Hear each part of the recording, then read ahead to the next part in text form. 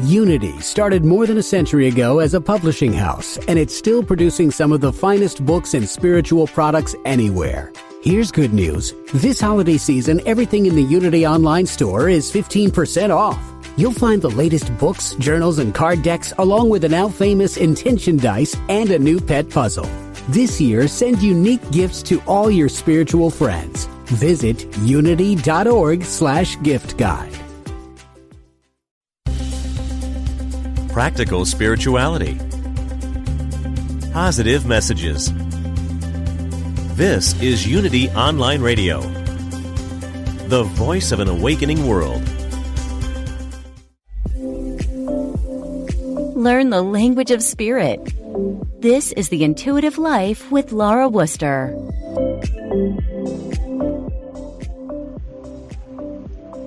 Hello, everyone, and welcome to The Intuitive Life, where we walk together and support each other on the path to becoming more spiritually aware, enlightened, and inspired.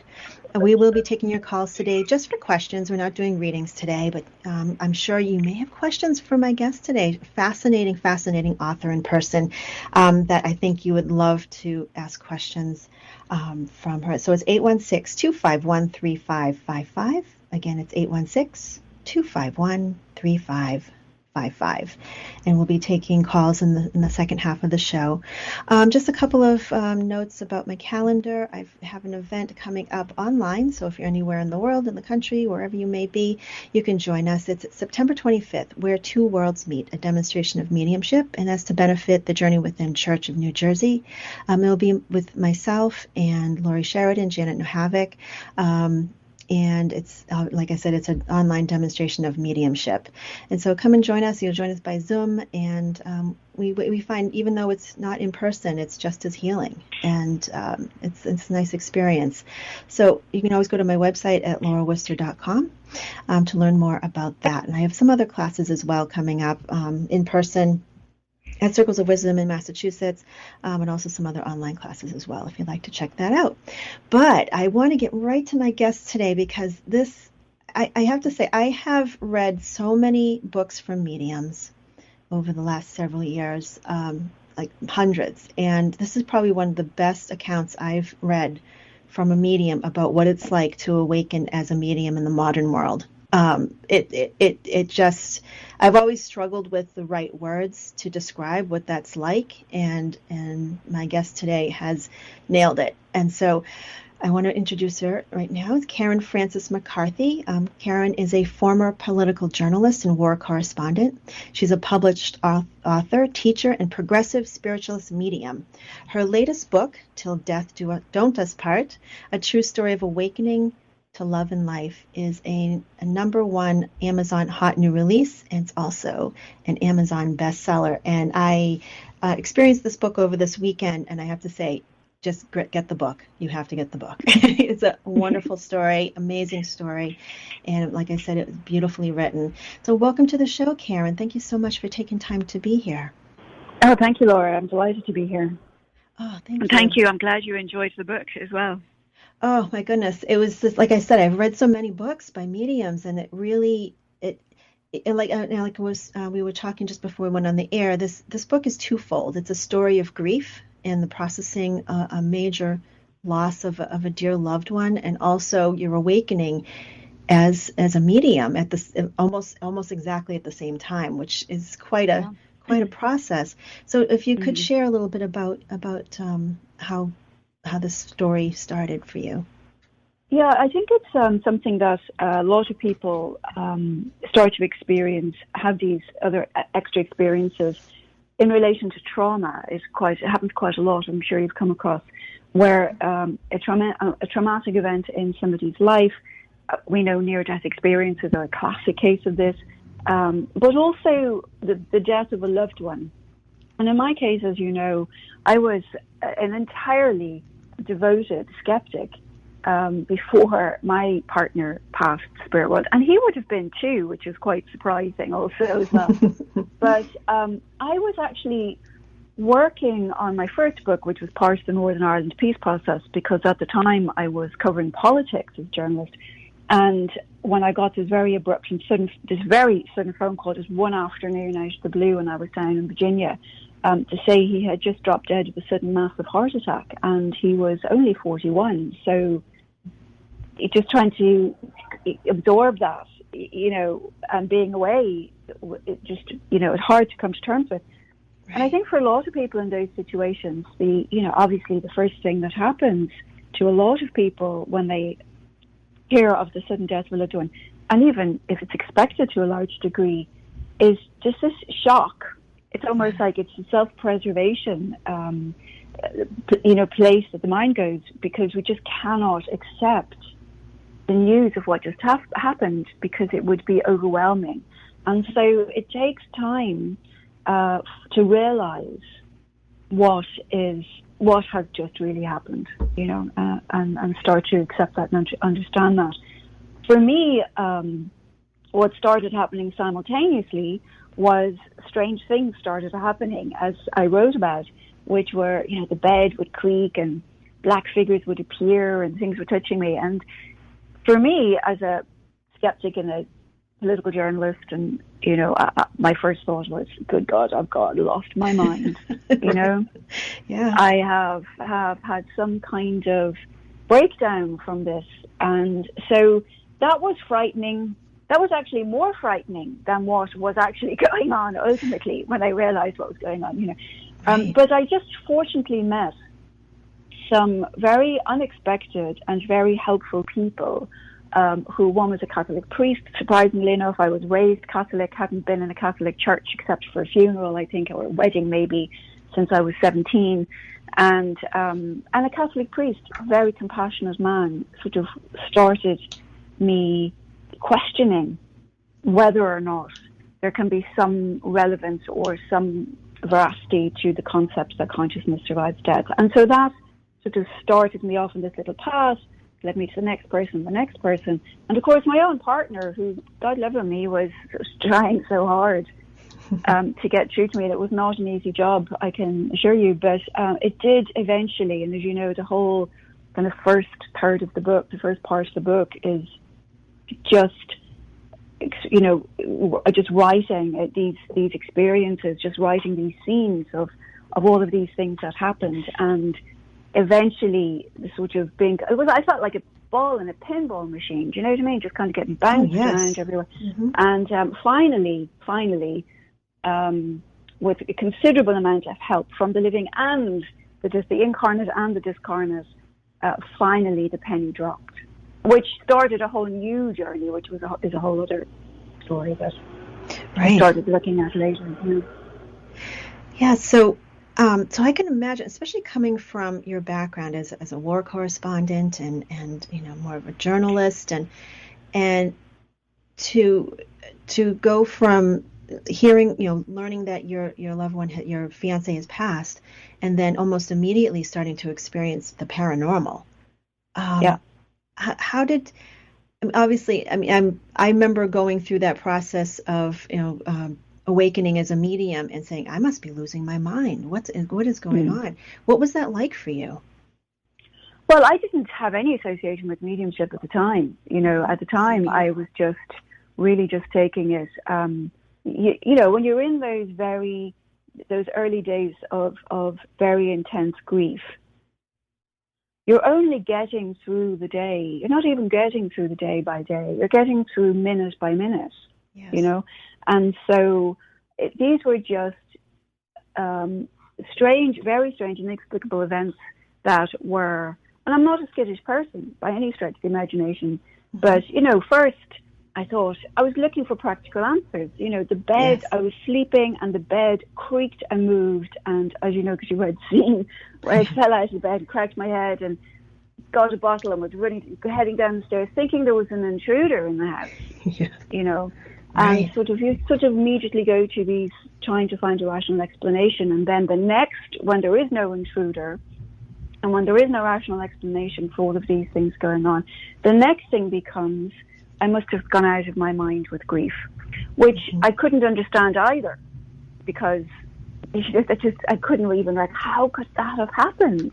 How could I even be having this rational conversation with myself if I'd lost my mind? So, as I say, it was, it was, when I look back on it now, it was actually kind of scary at the time, not knowing whether or not this was an intruder or this was some kind of nervous breakdown or, God forbid, this was something else. I mean, this something else ended up being more appealing, to be honest. Than the intruder. Yes. And it's, yeah, I can imagine, like, it's especially when you start to, like, every day starts to be different. Like, you see the world differently because it's like, if this is true, then this can't be true. And especially being brought up Catholic, you know, I can imagine what that must have been like. Well, yeah, it's like if you start to accept one aspect of, or the potentiality that that consciousness is not an emergent property of the brain, which is where this brings you to.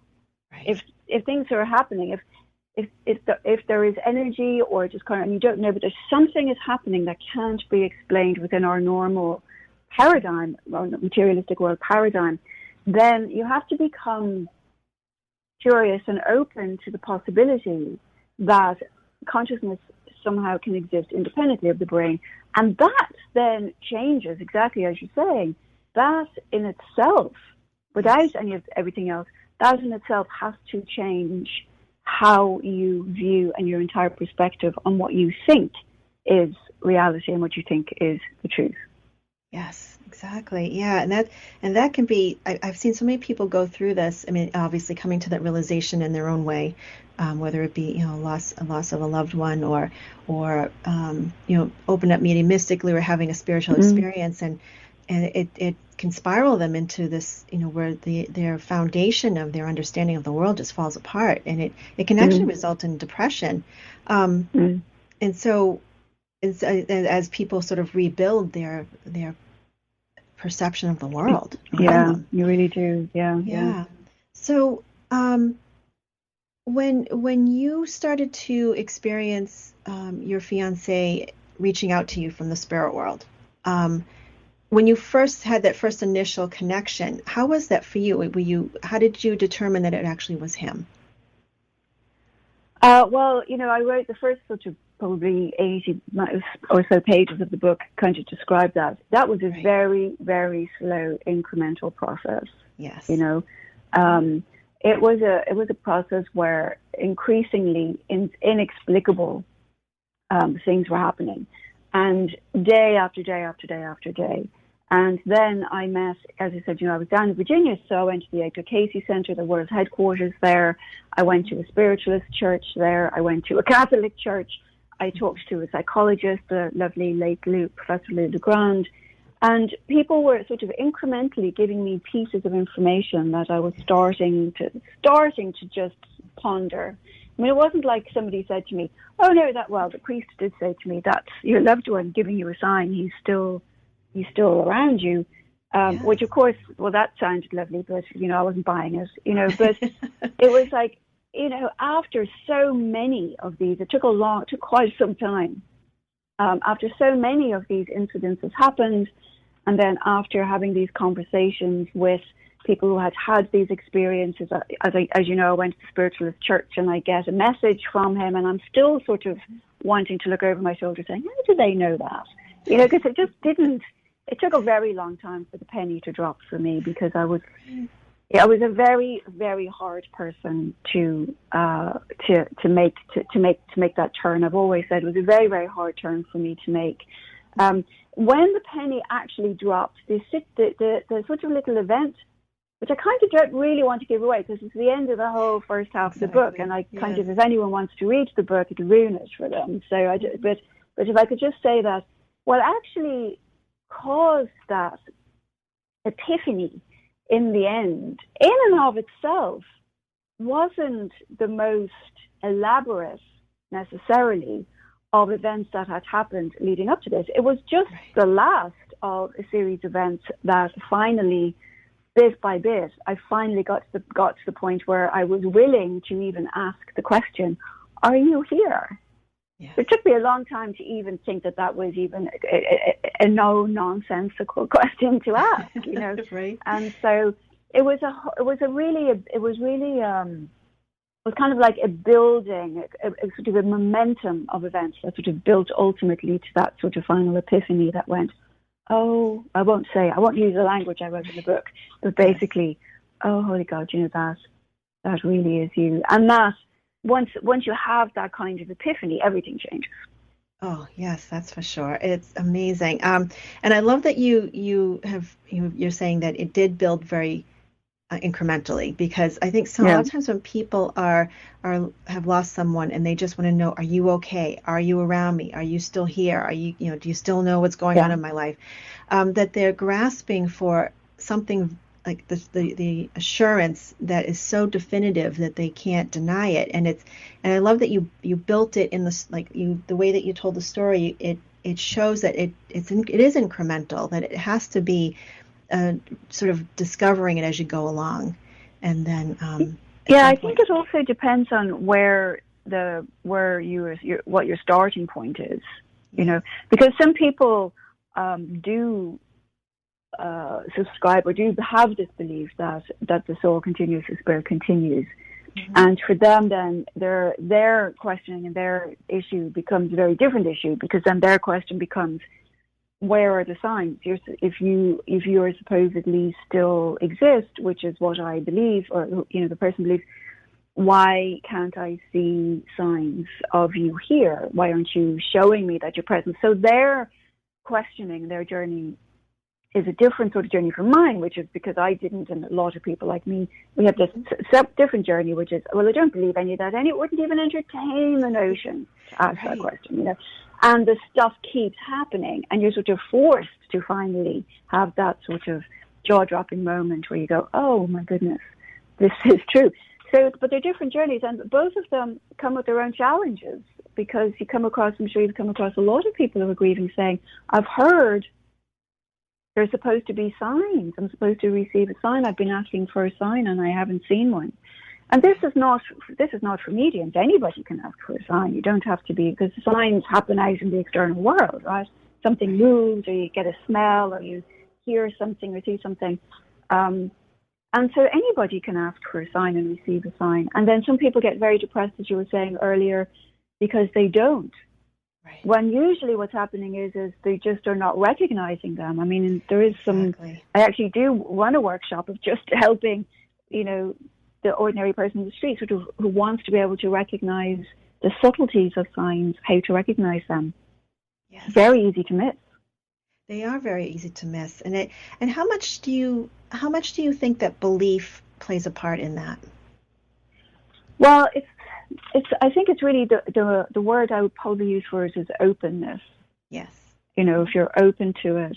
So I'm not saying belief like, oh, I believe that, that just landed beside me is my love. It's not really that, because people get accused all the time of just trying to make things fit, to convince themselves it's a loved one. Mm-hmm. So it's not so much that they're believing all of these things, as much as people are open to the possibility. I feel like if you can be open to the possibility, that's the starting point. I mean, even for me, thankfully for me, I had a very persistent fiance, who was determined, no matter what, that I was going to get this through to me. But eventually, the epiphany was just an opening to possibility. But that started a whole new question, a whole new set of questions about, well, what exactly survived? And that led to a whole other thing. And the more I got into it, the more other people's relatives were sort of joining us, unexpectedly. And I just started being able to share some of this, and eventually sort of one thing led to another, and people just started getting this convergence of people saying, you really need to do something with this, because what you've just told me about, my friend's mother who died by suicide has just been so healing for the family. You really need to do something with this, because it could really help a lot of people. But that, Laura, was by no means an overnight thing. I mean, it took me a long time to even admit to the fact that I was able to communicate or be communicated with. It took me a long, long time. It took me many years to admit to that. Oh, I can imagine. Yeah. Yeah, because it's almost like as you're going through the process of telling the story, it was you were just collecting information. Okay, if this is, is this true? Is this true? Is that true? That true? And you were testing everything, and it was just, and I'm very, very much like that myself. I'm very logical minded, so it's like, okay, if this is true, then this has to be true, and it is a long process of acceptance. And there's even times. I mean, I'm curious too. Like even as a working medium today, is there times that you still question? Do you still kind of question there sometimes? really is. Yeah. I mean, there's lots of things I do question. There's the big question now I have of, I'm doing a PhD now, so I'm doing a lot of research into sort of the evolution of our perception of spirit, ghosts, whatever, over time, and what is causing, is affecting our belief systems today. When we've got these siloed studies, all these siloed fields, you've got like the likes of Ions and Dean Radin, we've got Rupert Sheldrake, we've got Sir Roger Penrose, we've got, people like Bruce Grayson and, David Chalmers, who are doing all of this fantastic work in consciousness and the paranormal in these very studied scientific way. I mean, this is a new era for this sort of work. And you can sort of see some really interesting stuff coming out of this. So it causes us to really question. So we can say, well, we know that consciousness survives because we know, well, a lot of the time you get information that's just people are reading from your aura psychically, unfortunately. I think the Forever Family Foundation did a study on this, and they found that 80% of mediums supposedly are really psychics reading the aura, so that's a big thing. And I think there really needs to be more emphasis in the training on that, and also educating the public on that, But then, from leading on from that, we get to other questions of exactly what is that? I mean, I think we have to really question everything we think we understand. Because, as you know, we create reality from our own perspective. So we've got all these stories about near-death experiences and out-of-body experiences and all of these accounts of life in the afterlife, and we've had those since Dante, but now that we have this greater understanding within the last century of the nature of the physical reality and the fact that it is not anything like what we have thought for thousands of years it's like, that also begs the question of, well, what exactly is it like, and what exactly is the nature of consciousness and how it's existing and how that interacts with us outside the body. Yes. So it opens up whole fields of questioning, which I would love to see sort of more mediums engage in.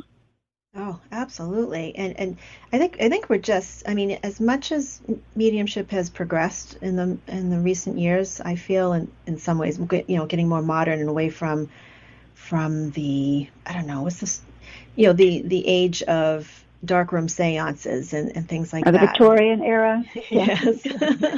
Yes. I mean, there's still an element of that around.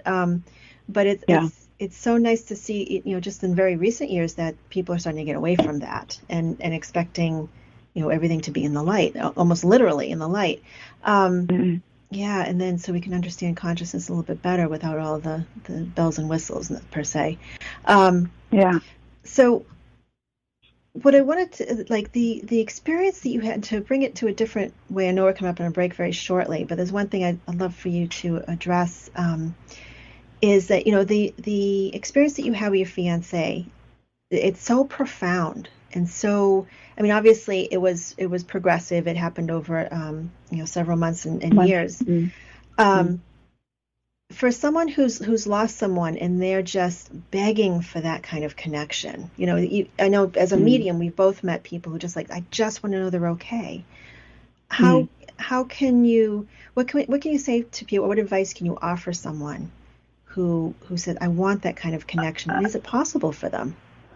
It really, that's sort of like saying, can everybody have the same marriage? Exactly. I mean, yes. These things are going to be affected by the nature of the person, by the sensitivity of the person. We know that people are okay. I mean, I'm sure you have, I know I have communicated with thousands and thousands of people, and something I have always said, that those in the spirit world are those are in discarnate form are those who are best equipped to help others in discarnate form heal and grow and advance. And I have never come across anybody ever in the thousands of contacts and communications I've had. I've never come across anybody in a state of distress. Now, I have come across people who are remorseful for their behavior and what they did, and apologetic and whatnot. And I have come across a lot of people who are, describing their experiences and what they did here in life. But it's not that they're continuing to do that. It's that they're trying to show that they can see now, in retrospect, they understand their behavior. And they're apologizing for it. So it's not just, oh, I'm sorry because that can be trite. It's like, I did all of these things. I know that now. I can see it now. I couldn't see it at the time. And I'm very sorry for the pain I caused you. That's not somebody continuing to live that trauma. That's just somebody trying to come back and give an honest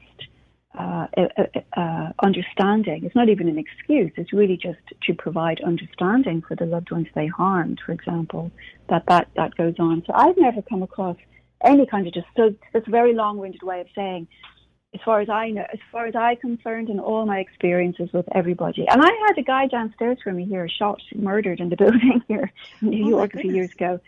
Wow. But, and the first night I encountered him, he was agitated, but then the police came around and they found the body and family were notified. And the next evening he came around and he felt much calmer. Mm-hmm. So I haven't ever come across anybody who was not okay. Yes, neither have I. I truly have. Yeah. We're coming up on a break. Hold that thought, because I do want to delve into that a bit longer. So today I'm talking with Karen Frances McCarthy, author and medium. We'll be back just after the break.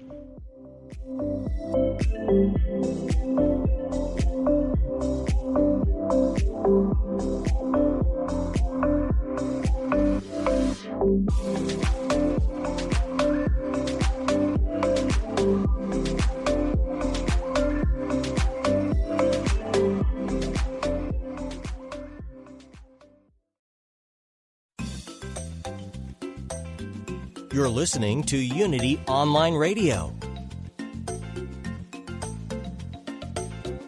the voice of an awakening world.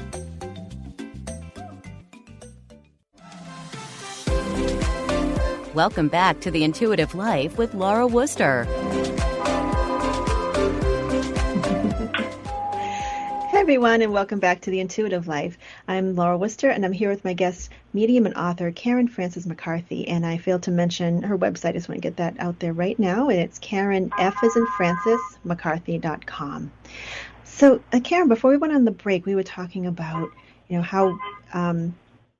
how our experience of the spirit world, people really are okay. They may come back with expressing, okay, yes, I admit that I was this way in life, and in a sense an apology of some kind, but people really are all right.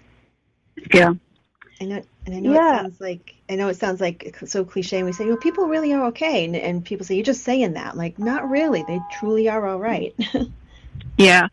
Well, I think it comes back to our old sort of Christian beliefs, where we think, did somebody arrive in heaven, hell, or if you're Catholic, in purgatory, or did they make it okay, But, that's sort of early medieval Christian thought. Well, it's current thought as well, but, purgatory being eliminated from Christian thought during the Protestant Reformation, has kind of raised a lot of those fears that are sort of still with us 500 years later of, is somebody in heaven? But I think what we need to, and I realize this in sort of contemporary literature while I'm doing, researching the PhD I'm working on, is that really we've come into an era in the 21st century where we have these different concepts of the afterlife with different understanding, where it's not just three states, heaven, hell, or purgatory, where it's just a continuation. So we don't have to arrive anywhere. It's just a continuation. And so this is not a question of, we can't really, those sort of beliefs are not really relevant that much. And I'm sure some people won't like me for saying that today, as they were, even during the Victorian era. And so what we've got is just, are people continuing to grow and heal? Who are they with? That's a big thing, especially for the recently diseased, especially for children. Yes. People who have lost children, it's very important to be able to identify who they are with there, and so that the parent doesn't know that they're not alone. So I feel that's like a very important thing to be able to share with bereaved parents. The other thing too is that there's a lot of superstition that sort of emanated really from Homer back at the time of the classics about, which is still shared. I've come across this myself, of saying that, somebody is lost, they've died and they're lost, their spirit is lost, or they are earthbound, they're stuck to the earth. And I mean, these are, I'm a huge advocate of the adequate education of mediums, because these are very old beliefs. When you start to identify where these beliefs come from, you realize it's just a belief somebody made up for a story 2,000 years ago or 500 years ago. Yeah. That these things have no veracity in and of themselves. But a lot of people, and unfortunately a lot of mediums out there, do a considerable amount of harm because they're perpetuating these fictions, these fictions from Homer, from the Iliad, from Dante. I mean, these are medieval concepts. I mean, Dante is medieval, and and then we get into things like the Reformation, where the elimination of purgatory meant that if you weren't a stellar individual, did that mean you couldn't go to heaven? Because there was no more in between. And then there was the belief that arose out of that, well, if a person was good and they made it to heaven, they would never want to come back here. So if you're being haunted, it has to be a demon. Because if your loved one went to hell, well, they can't get out of hell. If they went to heaven, they wouldn't want to get out of heaven. So if you've got a presence around you, it has to be a demon. That's from the 1500s, these concepts, So I really would love to see more mediums informed of, people in general, informed of where these stories originate from, so that they can decide for themselves if they want to continue to believe in them. But that's a lot of the experiences I have with people distressed about their loved ones, is because they've been worried because they're carrying these belief systems. They don't really know where they got them from. They're just sort of out there in the atmosphere. Or they've been to a medium who believes in this stuff. Right. And the medium has caused them that. I mean, somebody told me that my fiancé was earthbound. Oh, pray for him. He's earthbound. He can't move on. I'm like, which, as you know, there's a whole section in my book, just a few scenes in my book, where I actually started reading everything I could get my hands on at the time to see where this was coming from. But that's important. It's important to just stop perpetuating these belief systems, and because they do harm, for one thing. Absolutely. Yeah, especially with the concept of rescue circles and rescue mediums, and I know there's gonna be people listening who believe in those things, but I've never felt the need for that. I've never, in my own experience, come across that. Even in the beginnings of my development, I never felt like that was needed. I mean, we are already spirit, and we can't separate ourselves from that. We're from spirit. We're going to stay in spirit, whether we're in the physical world or not. Because we are a spirit already. And there is that sort of element of perceiving reality as this physical thing. So and the geography of it. So if we die, the spirit went someplace, like on a map or something. Which when we start to understand modern physics, we start to understand how consciousness theorists have been able to adapt a lot of the theories of physics, like non-locality, etc. We start to see that we have to challenge these beliefs. We have to challenge our own perceptions of what we think is real, because it's the only way we're really going to expand the mind at this point, And the other thing I mentioned to you on the break was, I've sat with a lot of people in the process of their transition. I did grief and bereavement counselling training, and I did end of life work at a hospice for a while as well. And what I have known from experiences is that nobody dies alone. Exactly. There's always a gathering, and in fact, for my own relatives, I know if I have a sick relative, I know if they're going to die for the simple reason that I start to sense the gathering. Yes. When you start to sense the gathering, you know that the ancestor family are coming for them. And when we know that nobody dies alone, when we know that the child dies, the grandparent is there, somebody else is there, there's always a few people there. Yes. So how can they lose them? How loads of people from the spirit world come to collect somebody here on the deathbed, and then they lose? I mean, it doesn't even make sense, you know? Right. So a really cute little thing that happened, my uncle passed away in January, unfortunately, and because of COVID, nobody could get to the hospital, nobody could see him. He was very sad, like a lot of people are experiencing at the moment, that their loved ones are in hospitals. It's very difficult for everybody because you're sort of here and you can't see them and you can't sit with them. And a lot of people, very unfortunately, have been robbed of that profound experience that happens at the moment of a transition, which is another very, very sad aspect of this whole era that we're in. But in January, my uncle was taken to hospital very suddenly, just after Christmas. The pain in his back, went to hospital, and they did a whole bunch of tests. And a week later, he is starting to look like they were saying, oh, he'll have to go to a nursing home or whatever, which he didn't want to do. And so then the question was, you know, the hospitals, they will prolong life. That's their job. They will prolong life no matter what. The quality, you know, is because their job is to keep people alive.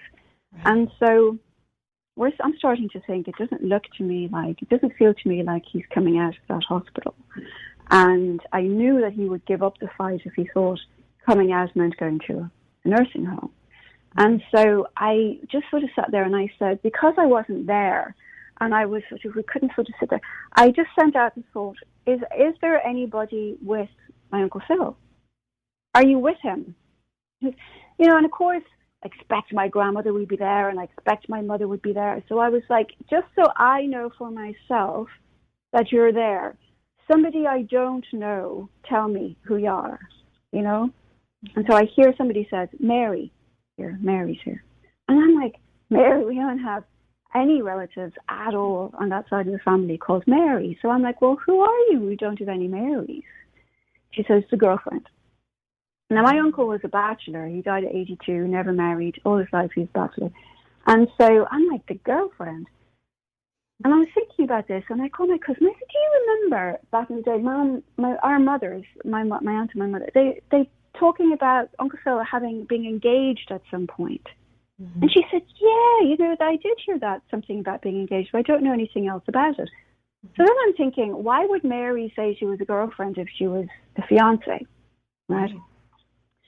So a few days later, my uncle passed away, and I was able to organize a very small funeral for him. And on the way back with my other uncle, his brother, in the car, I said, hey, do you remember Uncle Phil having a fiancé at some point? And he said, he said it wasn't a formal thing. She was his girlfriend. Yeah. There was no promise made. And I said, do you know anything about her? Do you know her name or anything at all about her? And he said, oh, yes, it was Mary Thomas from Donegal. Wow. And this is 62 years later. Amazing. 62 years later, he died, and she's there with him. And those little sort of things, I think it's the one thing that gives people, even in a time of COVID, a little bit of reassurance, is to know that there was a gathering of loved ones there for their loved one in their transition, so they were not afraid. I mean, anybody who sits with the dying, most of 9 times out of 10, you see a very profound change coming over them.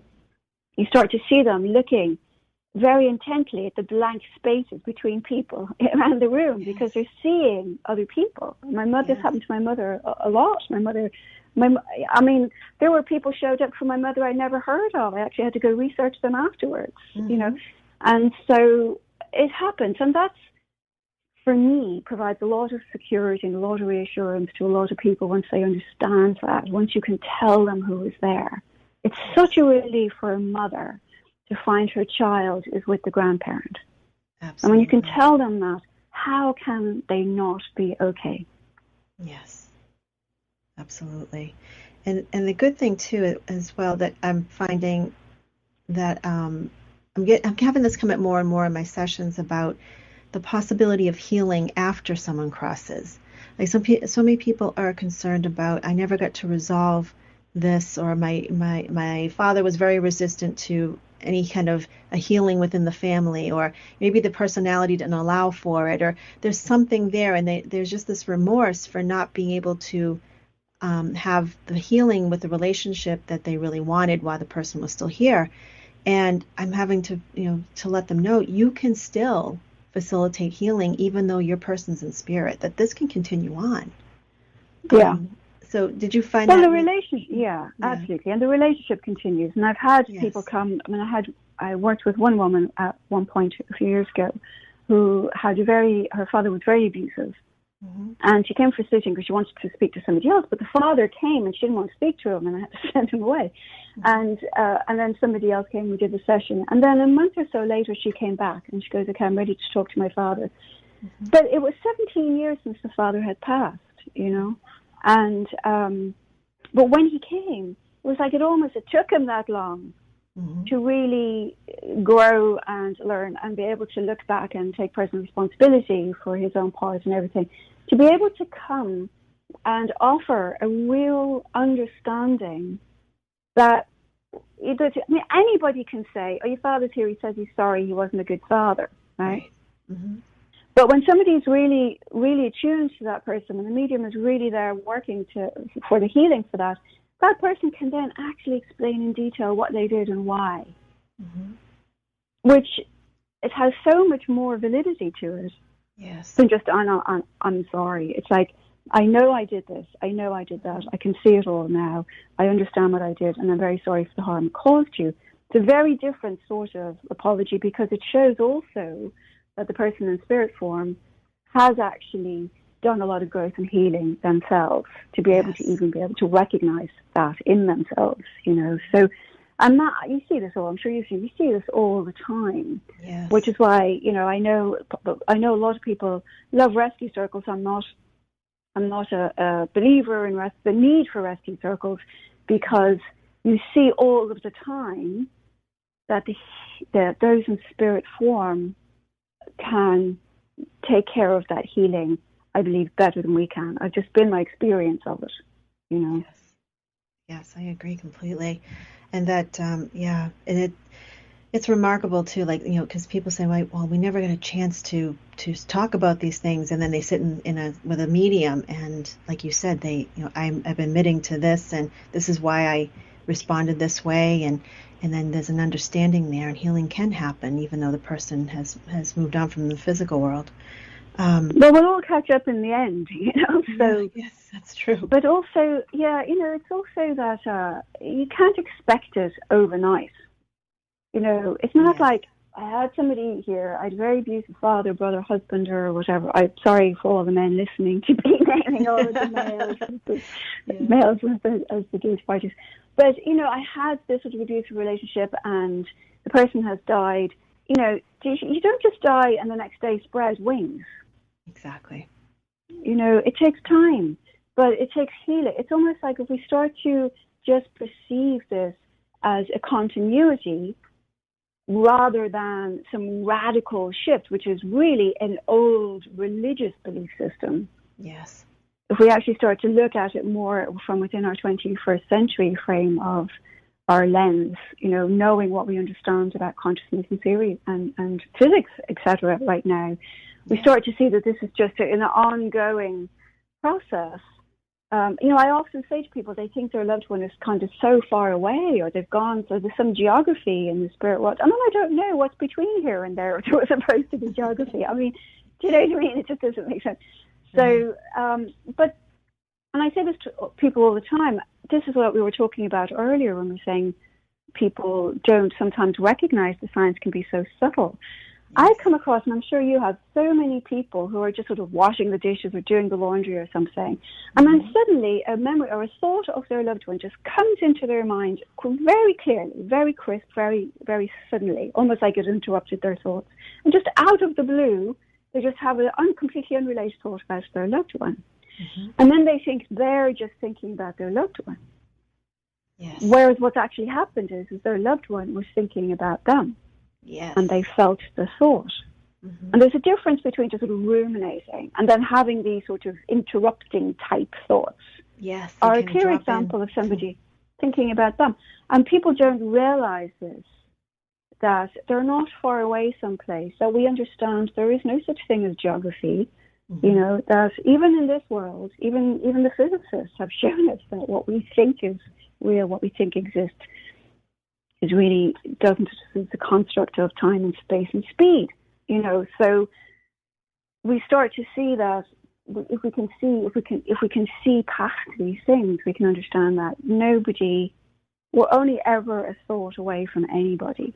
That's so true. It's just sort of mind-blowing stuff, you know, and it can be very hard to get your head around this. And I spent a lot of time obviously reading and studying and talking to people about this. But it's important to remember that there is no geography, there is no heaven, hell, purgatory. They're not somewhere miles away in some other universe. It's not like some inaccessible dimension. We are part of one continuous consciousness, and thoughts can arise and be felt and shared all of the time. And as you know, I say in my book, the funny thing about that was realizing that meant that I understood that there was always somebody listening to my thoughts too. Right. Which is pretty transformative as well, because when you realize you've got an audience for every thought, you kind of start to shift your thinking. You know? Yes, absolutely. And it does. It kind of takes. I don't know. It's when you mentioned that in the book. It reminded me of when I had that realization too, when I was developing. Well, obviously we're all still developing as mediums, but one of my early years of developing. It's like that was kind of a freeing thing to realize that our thoughts are not private, and for some people that's really scary. But for me, I felt like, oh, thank God, I don't have to worry about that anymore. You know? Yes, I don't have to worry about being caught out, found out, or judged because they already know. I mean, it's actually very sort of liberating to find that people can hear your worst thoughts you've ever had. Yes. And they didn't judge you for it. Absolutely. And I mean, isn't that phenomenal? That's so profound that exactly. When you say this, it's just, it's like the definition of unconditional love, the acceptance. Absolutely. And absolutely. So as you're going into, obviously you're doing a lot of research on consciousness and everything. How do you see, from what you know now so far, how do you see our knowledge of consciousness and the ever-growing, awareness of that? How do you see that affecting the modern medium and how we do our work? Well, I think it's really going to depend on whether the modern medium wants to be bothered with it. I mean, a lot of people are just quite happy just to continue sort of giving messages and getting evidence and giving evidence, and they really don't want to sort of push past that or do the sort of head-wrecking work of trying to understand the real nature of reality, and that's just their choice. So I think there's only, at the moment, there are very, very few people I know. I would love to hear from more mediums who are very much into these sort of really mind-expanding and concept-expanding, areas. There's some phenomenal work being done in other areas, and I think mediums have the first direct experience. How much could we contribute if only we started to really engage with the sort of the community, the psychologists, the parapsychologists, the scientists, more and more, beyond just let me put a bunch of electrodes on your head and see what happens in your brain. And we've done that. We've got to be able to move on from that and contribute to collective human thought in another way. I would love to see more of that, but it takes a lot of work, and it's not easy stuff to comprehend, and not everybody really wants to be bothered, so. But I would definitely love to see more people really engaged in what, as mediums, can we really contribute to collective human thinking. Yes. Yeah, beyond, obviously there's value to providing evidence that loved ones live on, but there's so much more to it. So much more. And, well, one does not preclude the other. I mean, being open to all of these new modes of thinking and awareness and understandings of reality does not preclude also sitting down with somebody who's bereaved and giving them a very healing and profound message from their loved one. It's not either or, you know what I mean? But a lot of people just, that they're quite happy just to stay there. So I would love to be able to see people starting to emerge now with a much broader and bigger sort of approach to mediumship. I think we're long overdue. Absolutely, that's for sure. I mean, there's definitely still a need for the evidential mediumship in the form that it is. Because obviously, I know you must still have people come in and sit with you, and they'll say at the end, just tell my mom I love her. It's like, you just did. It's like, how can you not realize that she heard you already? You know, and it's interesting how people still feel like someone else has to say that for them. You know. Yeah, I think, but again, I think it comes back to the nature of mediumship as well. When we're just focused, and I gave a talk yesterday on this too, and, you know, we fall into this sort of early training concept where we're just we have to give 10, 15, 20, like really stellar details that we couldn't possibly know to prove somebody survived. But as a writer, I approach mediumship as more about sharing the person's story, and then the details of that story naturally emerge in the sitting, so that their awareness of their loved one's life, even at the moment, becomes evident, you know, so that the person goes away knowing that their loved one is still present in their life. I think that makes a big difference. It's another way I would love to see mediumship advance into just, you know, allowing evidence naturally evolve within whatever story the discarnate person wants to share, instead of sort of meeting them with a list. Okay, let me give you this checklist of what I need before we can go on, you know.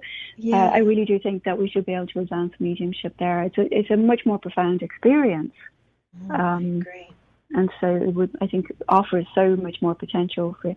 There's always going to be the person who comes in with their arms folded and said, okay, prove it to me. And there's always going to be a need for mediums who are going to be willing to say, okay, you know. So I know there's that. Just because I'm saying we need one thing does not mean I'm saying we don't need something else. I'm just saying there is so much more scope to be open and expansive with this. Yes. And move forward with it. Yeah. Absolutely. Completely. Okay, so we're down to our last 90 seconds, and what I'd like to, what could you offer to our listeners, not necessarily coming from a medium, but from someone who lost someone suddenly, and understands what that's like to go through that sudden loss? What's one piece of advice that you could offer someone who maybe is still in the throes of sudden grief? Well, I would say, if they, you know, first off, you know they're all right, know they didn't die alone, and know that they're still present, whether you're aware of that presence or not. If you would like to explore that presence, what's that? If you would like to explore that presence, just to find a way, like Dr. Lou LeGrand's book on Love Lives On, it's a beautiful little book, or my book, it's an unabashed plug, offers ways to learn to identify those signs, to recognize their presence. And I recommend to everybody, meditate. Find a meditation practice that works for you. It will help you in your grief. It will help you with your sensitivity. It will help you with your awareness, so that when you actually are ready to start becoming aware of your loved one's presence, you will have a practice to support you. Wonderful advice. Fantastic advice. Thank you so much, Karen. It was lovely having a chat with you. Everybody, please go to Karen's website, Karen Frances McCarthy, and her website's Karen, F as in Frances, McCarthy.com. Thank you, Karen. Thank you so much. I'd love to have you on again. Thank you, Laura. It was nice chatting. Take care.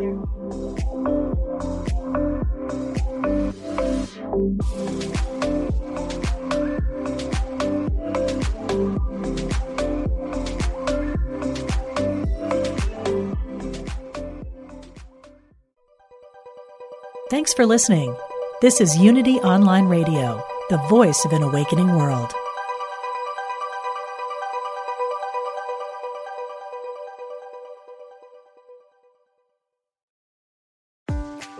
Unity started more than a century ago as a publishing house, and it's still producing some of the finest books and spiritual products anywhere. Here's good news. This holiday season, everything in the Unity Online store is 15% off. You'll find the latest books, journals, and card decks, along with the now famous intention dice and a new pet puzzle. This year, send unique gifts to all your spiritual friends. Visit unity.org/gift guide.